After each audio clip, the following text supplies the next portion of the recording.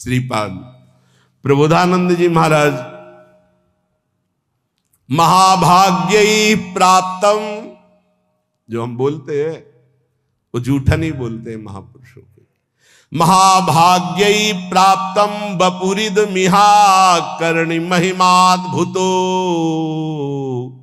वृंदाटव्या कलित मखिलम स्वप्न सदृशम शुभायामाश्वासो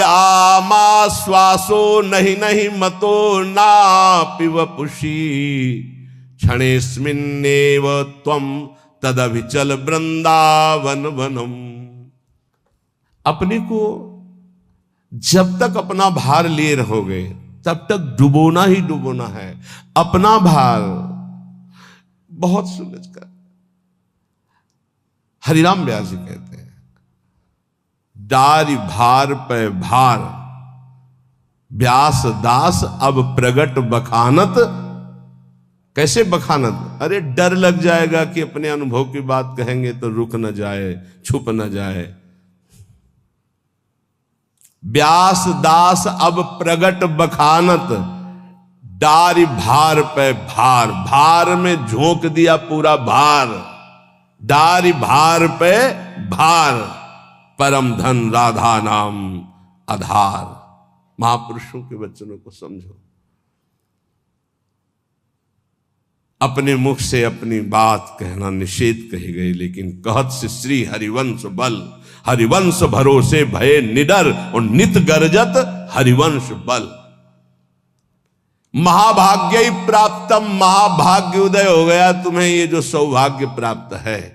बपुरिद मिहाकर्ण महिमाद्भुतो वृंदाटव्या कलित मखिलम स्वप्न सदृशम। ए भाई, मनुष्य देह प्राप्त करके जो प्रियाजू की शरण में तुम आ गए हो, वृंदावन का दर्शन मिल रहा है, हरिवंश शरणागत हो, लाडली जू के शरणागत हो, श्यामा श्याम के शरणागत हो, महाभाग्य प्राप्तम, ये महाभाग्य से प्राप्त होता है। अद्भुत महिमा में तुम जुड़ चुके हो श्री जी की। कलित मखिल स्वप्न सदृशम, यहां जो तुम देख रहे हो संसार में घर परिवार, ये स्वप्न के सदस्य है। जिसे तुम महाभाग्य नहीं समझ पा रहे हो वो है श्री जी की शरणागति। और जिसे महाभाग्य संसार में समझा जाता है सांसारिक उन्नति, घर मकान रुपया पैसा, कह रहे हैं कलित मखिलम स्वप्न सदृशम शुभायामाश्वासो। आहा, मैं तुम्हें केवल आश्वासन ही नहीं दे रहा हूं, महाशुभ का संकेत कर रहा हूं कि एक भी श्वास राधा नाम से खाली न जाए। कुछ ही दिनों में देख लेना। नहीं नहीं मतो नापि वपुषी, ये तुम्हारा शरीर टिकेगा नहीं, जाएगा। जितनी श्वासें रह गई वर्तमान में, विश्वास दिलाता हूं केवल ऐसी बात नहीं है, ये परम सत्य बात है। हर श्वास में नाम जप करो, भगवत प्राप्ति निश्चित। अभी इसी क्षण शरीर छूट जाए तो भगवत प्राप्ति निश्चित। इसी क्षण तू दिव्य वृंदावन के लिए प्रस्थान करेगा। क्षणेस्मिन्नेव त्वं तदभिचल वृंदावनम दिव्यम, इसी क्षण तू दिव्य वृंदावन में प्रवेश पा जाएगा। यदि एक श्वास में बोला राधा और शरीर छूटा तो गया दिव्य वृंदावन। इसलिए विश्वास ही केवल नहीं दिला रहा हूं, परम सत्य बात कह रहा हूं कि ये संसार स्वप्नवत है। तू महाभाग्यशाली है यदि राधा चरणों की शरणागति प्राप्त कर ली और हर श्वास में राधा राधा जप रहा है। भ्रातर यही निमीलितासि नयने तत्र क्वा कांतात्मजो। ये थोड़ी देर सोचो, मरने जा रहा हूं। सोचो, सुबह सुबह ऐसी बातें करते हैं मरने की। सुबह सुबह हमें लगता है कि अगर सुबह सुबह ये दिमाग में डाल ले तो दिन भर खूब भजन होगा। इसी से तो भजन होता है। यही तो भजन नहीं होने देता जीने की आशा, भोगने की आशा, प्रियजनों के बीच में रहने की आशा, यही भजन नहीं होने देता। भ्रातर यही निमीलिता से नयने, जब तुम्हारे नेत्र मुंदने का समय आएगा उस समय को थोड़ा अभी ला के देखो। कौन है तुम्हारा? देखो अभी चलो। अब मकान छूट रहा है, पत्नी छूट जाएगी, पुत्र परिवार सब छूट रहा है। थोड़ी देर देखो, घबरा जाओगे, अभी घबरा जाओगे। अगर पहले से ही तैयार थे तो घबराओगे नहीं, आनंद आएगा कि हाँ हमारी तैयारी फिट है। तैयारी क्या है? हर श्वास राधा राधा, और गुरु प्रदत्त नाम, ये राधा राधा गुरु प्रदत्त है। कौन गुरुदेव है इसके देने वाले? स्वयं किशोरी जी हैं। राधे विष्टम संप्रदाय करता आचार्यो राधा मंत्रदा सदगुरुश्च मंत्रो राधा, सदगुरुश्च राधा मंत्रो राधा। वही है, हित सजनी से लेकर के अभी तक जितने गुरुदेव वही हैं, वही गुरुदेव के रूप में दे रहे हैं। राधा राधा, बात मान लो। अभी देखो कैसा भय लगेगा, अभी देखो तुम्हारा घर छूट जाएगा, बैंक बैलेंस छूट जाएगा, पुत्र पत्नी सब छूट जाएंगे, शरीर छूट जाएगा, अब जाओगे अकेले, घबराहट पैदा हो जाएगी। तैयारी कर लो। कह रहे विश्वास दिलाने के लिए नहीं कह रहा हूं, सत्य कह रहा हूं। तुम दिव्य वृंदावन में आज अभी इसी क्षण में प्रवेश पा जाओगे, यदि अभी शरीर छूट जाए। राधा बोल करके गए। भ्रातो स्वप्राप्त सुहृदगणा क्वच गुणा कुत्र प्रतिष्ठादया। ये तुम्हारे भाईजान, ये तुम्हारे मित्रजन, ये तुम्हारी पढ़ाई लिखाई, ये तुम्हारी प्रभुता, धन, प्रतिष्ठा, ये कोई काम नहीं आने वाली। मरने के बाद कोई काम नहीं आने वाली। ये तुम्हारा कुत्राहम कृतया अहंकार कि मैं अमुक हूं, मैं अमुक हूं, प्रभुत्व, बड़ी महिमा है तुम्हारी संसार में। धन विद्या द्यस्तः सर्वत, ये धन, ये विद्वान, विद्वता, ये सब किस काम में आएगी? स्वम निर्विद्य संविद्य किम नु चल चलस्य दैव वृंदावनम। मेरी बात मान जा, आज ही कदम बढ़ा और वृंदावन में आके सत्संग सुन, यहां की रज में लौट और राधा राधा राधा फिर चाहे जा रहे। निरंतर नाम जप कर, निश्चित निश्चित भगवत प्राप्ति हो जाएगी। जब तुम भगवत मार्ग में चलोगे तो रुददपि पित्र मात्र बंधु पुत्रादिकम अपहाय निसम्य नारहत दुखते ही। तुम्हारे माता पिता तुम्हारे विरुद्ध हो जाएंगे भगवत मार्ग में चलोगे तो। कोई बिरला ही होता है जो अनुकूल हो जाए। बहुत कठोर हृदय भगवत मार्ग में चाहिए। ममता से लड़ने के लिए कठोर हृदय चाहिए। समता में स्थित होने के लिए सहृदय चाहिए। दोनों बात होना है। ये हमारे प्रभु के सद्गुण हैं। कुसुम से भी कोमल और वज्र से भी कठोर, अपने शब्द के लिए कठोर। और ये अपनापन जहां प्रभु में समर्पित हुआ तो सहृदय। इसको समेटो अपनेपन को। रुददपि पित्र मात्र, रुददपि, यदि वो रो रहे हैं या ऐसी युक्तियां पेश कर रहे हैं, उपासक को चाहिए इस जाल में न फंसे। महाप्रभु चैतन्य देव, बड़े बड़े आद्य गुरु भगवान शंकराचार्य, बड़े बड़े महापुरुषों के जीवन चरित्रों में दे पाया गया कि केवल वही घर में थे, केवल वही। लेकिन प्रभु के विधान को मानकर मंगल में संन्यास धर्म का अवलंबन लेकर छोड़। सची माता ने तो यह भी कहा था कि बेटा पानी की तो बात जाने दो, अगर हम मरना चाहें तो कोई जहर देने वाला भी नहीं। विष्णु प्रिया तो अभी नवीन बालिका है और मैं वयो वृद्धा हूं और जानते हो तुम्हारे सिवा कोई है। तो उनका मां श्री कृष्ण मुझे प्रेरित कर रहे हैं, मैं रुक नहीं सकता, आपको अनुमति देना होगा। ऐसे भगवान शंकराचार्य जी ने कहा मां भगवान शंकर प्रेरणा कर रहे हैं, मुझे सन्यास लेना ही होगा। तो उनका बेटा मेरा तो कोई नहीं है, ना कोई और पुत्र है, ना तेरे पिता है, कोई नहीं है और केवल तू ही है। उनका मां बिना अनुमति के सन्यास लिया नहीं जाता और आपकी अनुमति अनिवार्य है, तो क्या आप मुझे अनुमति नहीं देंगी? तो बेटा कैसे दे सकते हो? तो चलो मां गंगा स्नान करने चलते गए। तो वो तो महायोगी थे, मगरमच्छ प्रकट कर दिया। बोले मां मुझे मगरमच्छ खा रहा है। अरे बोले बेटा मैं वृद्धा हूं, कैसे बचा सकती हूँ? बोले सन्यास की अनुमति देके कह दो सन्यास। बोले बेटा मगरमच्छ से तो अच्छा है तुम जिंदा रहो, सन्यास ले लो। अनुमति हो गई, मगरमच्छ ध्यान हो गया। तो उनका बेटा अंतिम संस्कार करने वाले तो तुम ही हो। तो उनका मां वचन देता हूं कहीं भी होऊंगा और सुनूंगा कि मां का शरीर पूरा हो रहा है तो अंतिम संस्कार मैं करूंगा। आकर के दंड रख करके शिष्य को दे करके भगवान शंकराचार्य ने मां का संस्कार किया। रुददपि पित्र मात्र बंधु पुत्रादिकम अपहाय निशम्य नारहदत्तिये। कोई युक्ति तुम्हें भगवान मार्ग से विमुख न कर पावे।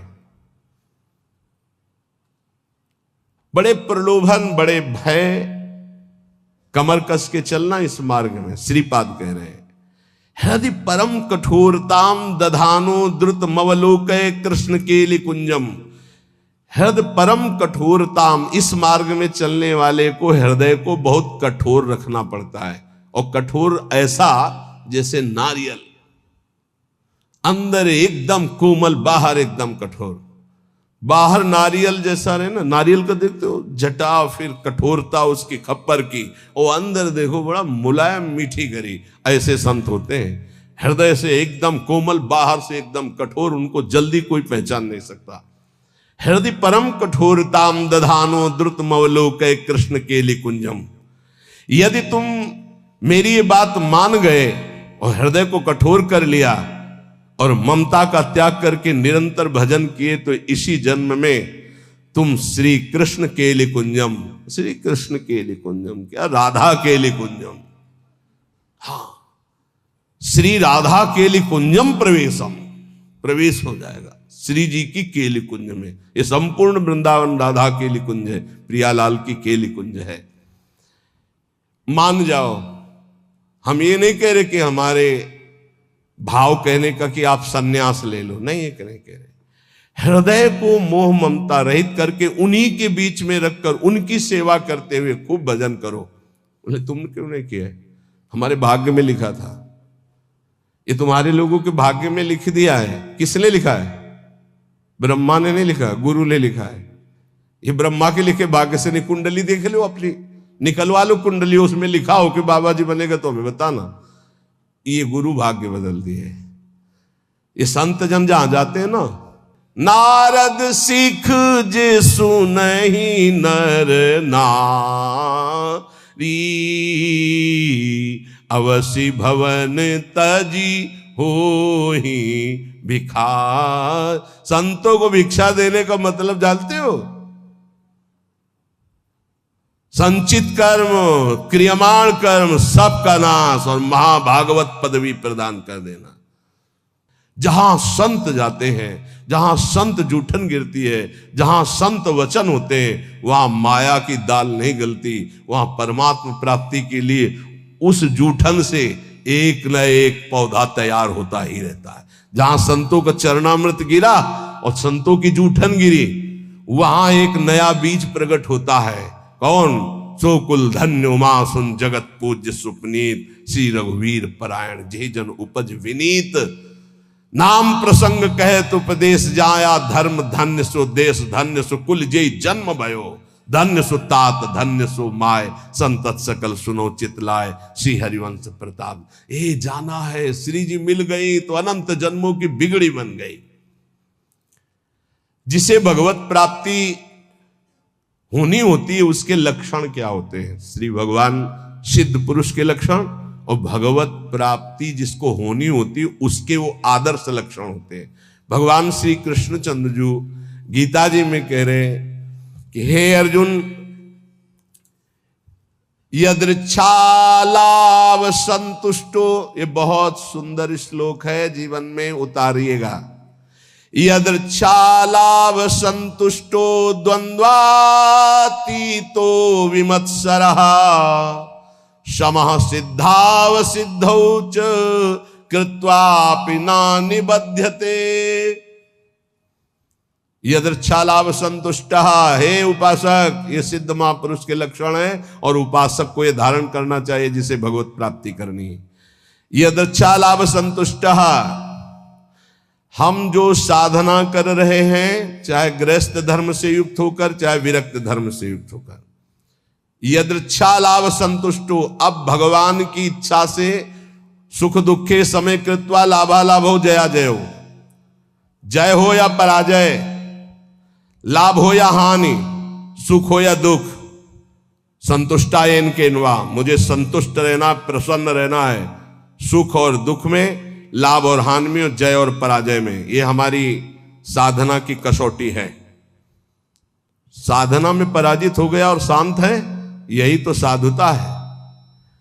यदृच्छा लाभ संतुष्टो, हम फल प्राप्ति का उद्देश्य रख करके अगर साधना करेंगे तो हम विक्षेप को प्राप्त हो जाएंगे। ध्यान देना, हमको समता पर ध्यान देना है, यह है साधना का फल। और इस पर ध्यान प्राया नहीं। समता का क्या मतलब? हार और जीत में समान, लाभ और हानि में समान, सुख और दुख में समान। ये भगवान के वचन है। सुख दुखे समय कृत्वा लाभा लाभो जयाज। चित्त विक्षेप में या आनंद में समान, परिस्थिति बिगड़ी हुई या सही समान, कोई साथ दे रहा है या नहीं समान, साधना का फल मिल रहा है या नहीं समान। अरे 20 साल हो गए अभी वही काम क्रोध लोभ, समान वृत्ति, विक्षेप नहीं, शांत। यदच्छा लाभ संतुष्टो द्वंद्वातीतो विमत्सरः, बहुत अमृत में। हम साधना कर रहे हैं, अनुकूलता मिले या प्रतिकूलता, लाभ मिले या हानि, मान मिले या अपमान, स्तुति मिले या निंदा, विकार है या निर्विकार, पर हमारी स्थिति में फर्क नहीं पड़ेगा, हमारी निष्ठा पे फर्क नहीं पड़ेगा, हमारी श्रद्धा पे फर्क नहीं पड़ेगा। यदच्छा लाभ संतुष्टो, पकड़ो पकड़ो इस बात को, अभी आनंदित रहोगे। हमें मतलब है नहीं अपने हृदय से, क्यों नहीं मतलब है? हमने दे दिया ना प्रभु को। बोले हमारा मन शांत नहीं, तो तुमने दिया क्या? यार किस तरह झूठे दानी हो। शरणागति तो यही से होती, तनुवांग मनोभिरमलई सोहम तयुवाश्रिता, शरीर मन वाणी कर्म प्राण सब कुछ प्रभु को समर्पित, मैं सहित। अब हमारा क्या, ये तो हरि का है, प्रियाजू का है।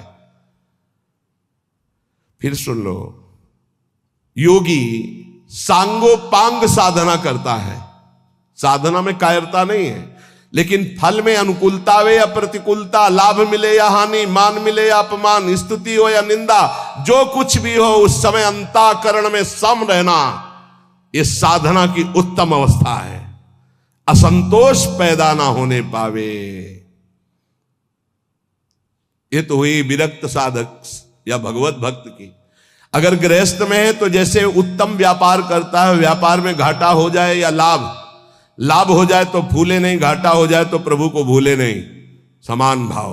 फिर हम प्रयास करेंगे। अंतःकरण बिगड़ना नहीं चाहिए, श्रद्धा नहीं बिगड़नी चाहिए। हर एक परिस्थिति में तुम्हारा अंतःकरण अपनी आराधना में लगा रहना चाहिए, तो उसके हृदय में जो फल होगा उसका नाम होगा समता, जो भगवत प्राप्ति का स्वरूप है। ऐसा नहीं कि लाभ का और हानि का उसे ज्ञान नहीं होता, होता है, पर उसको दुख नहीं होता। किसको? जो भगवद आश्रित भजन करने वाला होता है। लाभ होने पर अभिमान नहीं होगा, हानि होने पर दुख नहीं होगी, जय होने पर फूलेगा नहीं, पराजय होने पर निराश नहीं होगा।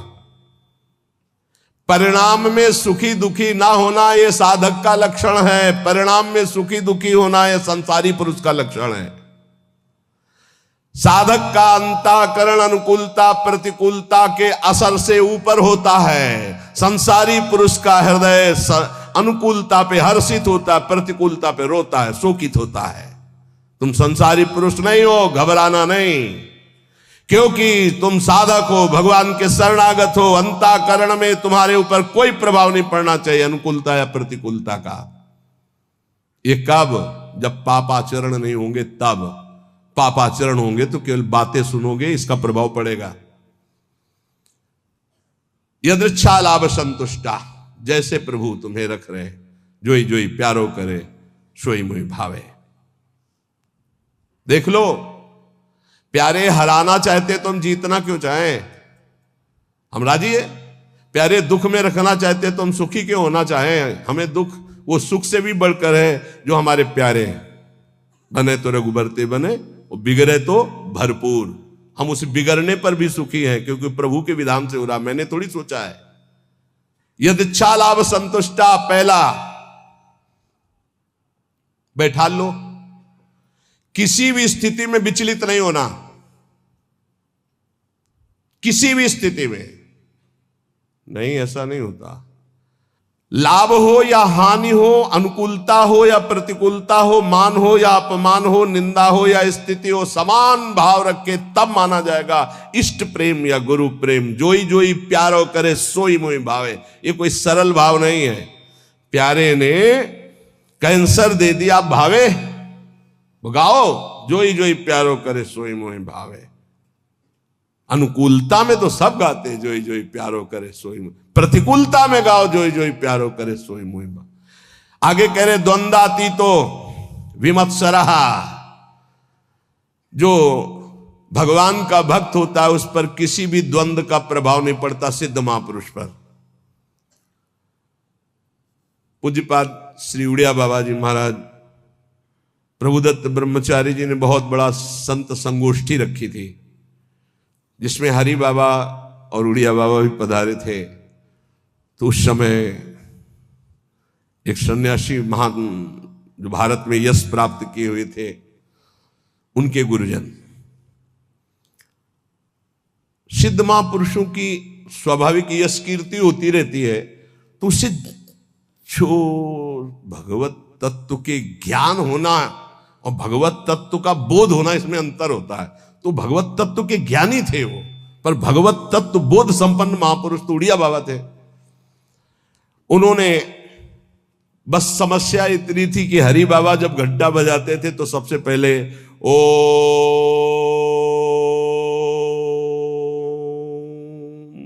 नाद करवाते। तो इसका विरोध हुआ कि ये केवल अमुक ही बोल सकते हैं, हर वर्ण के नहीं बोल सकते हैं। उड़िया बाबा से कहा गया कि आप वहां बैठते हैं, आप इसका विरोध क्यों नहीं करते? उड़िया बाबा ने कहा हरि स्वयं हरि हैं, हरि बाबा स्वयं हरि हैं, वो जो कुछ करते हैं सब परम धर्म है, हम उनका विरोध नहीं कर सकते। इसी बात को लेकर के बाबा की बहुत निंदा की भरी सभा में बाबा बैठे थे, पद्मासन लगाए। बाबा के बड़े बड़े व्याकरणाचार्य, बड़े बड़े ब्रह्मबोध संपन्न महापुरुष संग में रहते थे उड़िया बाबा के। वो खड़े हो गए बड़े ज्ञानी जन और कहा कि बाबा की तरफ देख के, बाबा ने सबको बैठा लिया और बैठे रहे आधा घंटे। खूब वो माइक मिल गया था तो खूब फराटेदार श्लोक और बार बार उड़िया बाबा का नाम ले लेकर उड़िया बाबा की निंदा, और कोई निंदा के चांस नहीं थे। इसी व्यवहार को सन्यासी होकर के ऐसा विरोध नहीं करते, ऐसा ऐसा ऐसा। बाबा जब संपन्न हो गई निंदा तो उठे और अपनी कुटिया में आ गए। सब शिष्य जन जो और मित्र जन जितने थे सब, बाबा आपने रोक क्यों दिया उनके, तो हम मुख बंद कर देते, ऐसी नहीं। बोले देखो यही सत्संग सुना तुमने, यही आज तक हमारे संग का फल रहा कि तुम उनका मुख बंद कर। देखो वो जो निंदा कर रहे हैं सही कर रहे हैं। शरीर धर्म को लेकर के अगर निंदा कर रहे हैं तो बहुत सही बोल रहे हैं, और आत्म स्वरूप को लेकर कह रहे हैं तो जो वो आत्मा है वही आत्मा है, अभेद है, वो अपने आप की अपनी निंदा कर रहे हैं। तो हमें क्या परेशानी है, क्योंकि आत्म तत्व तो एक है। और शरीर की निंदा तो शास्त्र करते हैं, हम करते हैं, वो भी कर रहे हैं, क्या परेशानी है? कोई समस्या, कोई क्षोभ नहीं निंदा का। द्वंद्वाती तो ये तो सिद्ध पुरुष के लक्षण होते, साधक को ऐसा ही होना चाहिए। अगर हमारी कोई निंदा करता है तो हमको बिल्कुल ऐसे रहना है जैसे कोई हमारी प्रशंसा करे तो हम कैसे रहते हैं। प्रशंसा में हम तटस्थ रहते हैं, हृदय में हर्ष नहीं होने देते। तो निंदा में हमें तटस्थ रहना, हृदय में शोक नहीं होने देना। ये द्वंद्व है, निंदा और स्तुति। ऐसे ही मान अपमान में, ऐसे ही अनुकूलता प्रतिकूलता में, ऐसे ही सुख दुख आदि में, तो ऐसे ही जन्म मृत्यु में आप द्वंद्वातीत अवस्था को प्राप्त हो जाएंगे। ना आपको मृत्यु का भय होगा, ना जन्म का भय होगा, क्योंकि आप जीवन मुक्त हो जाएंगे। भक्त द्वंद्वातीत होता है। और विमत्सरा, ये बहुत बड़ा दोष है, ये दोष बहुत बड़ा है। इसे कहते हैं ईर्ष्या। मत्सरति, मेरे से आगे निकला। ईर्ष्या बहुत बहुत बुरी है। ये बहुत बड़ी जगह से होती है। छोटे मोटे को तो समझे में नहीं आती कि मेरे अंदर ईर्ष्या है, बड़े बड़े में ईर्ष्या होती है। जब अपने से अधिक किसी की प्रशंसा या सुख देखकर जलन जो होती है, उसे कैसे मत्सरता, ईर्ष्या। अगर ईर्ष्या का किंचित मात्र भाव है तो चाहे जितना इष्ट कृपा करे, गुरु कृपा करे, वो जलेगा, कुछ उस पर फर्क नहीं पड़ेगा। बहुत विचित्र है ये ईर्ष्या। विमत्सरहा, मत्सरता रहित होना चाहिए साधक को। सिद्ध पुरुष में ईर्ष्या नहीं होती। ईर्ष्या इतना दोष सूक्ष्म है, कंचन तजना सहज है, सहज तिया का नेव, मान बड़ाई ईर्ष्या दुर्लभ तजनाए। दुर्लभ है जो कंचन कामनी पर विजय प्राप्त किए हुए, वो भी ईर्ष्या पर। बहुत विचित्र है, बहुत विचित्र।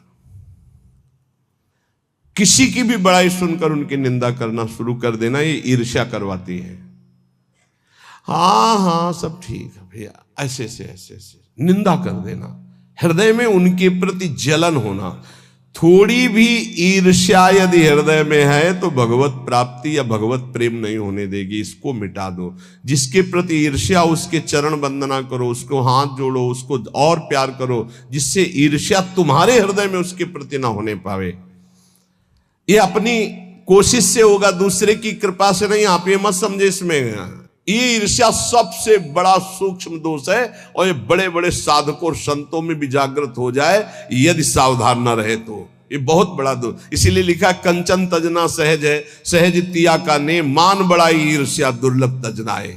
ईर्ष्या से बहुत बड़ी हानि हो जाती है, बहुत बड़ा अपराध बन जाता है। इसमें निंदा आदि दोष, बहुत गलती हो जाती है, बहुत बड़ी गलती हो। इष्ट छूट जाएंगे, गुरु छूट जाएंगे, ईर्ष्या नहीं छूटेगी।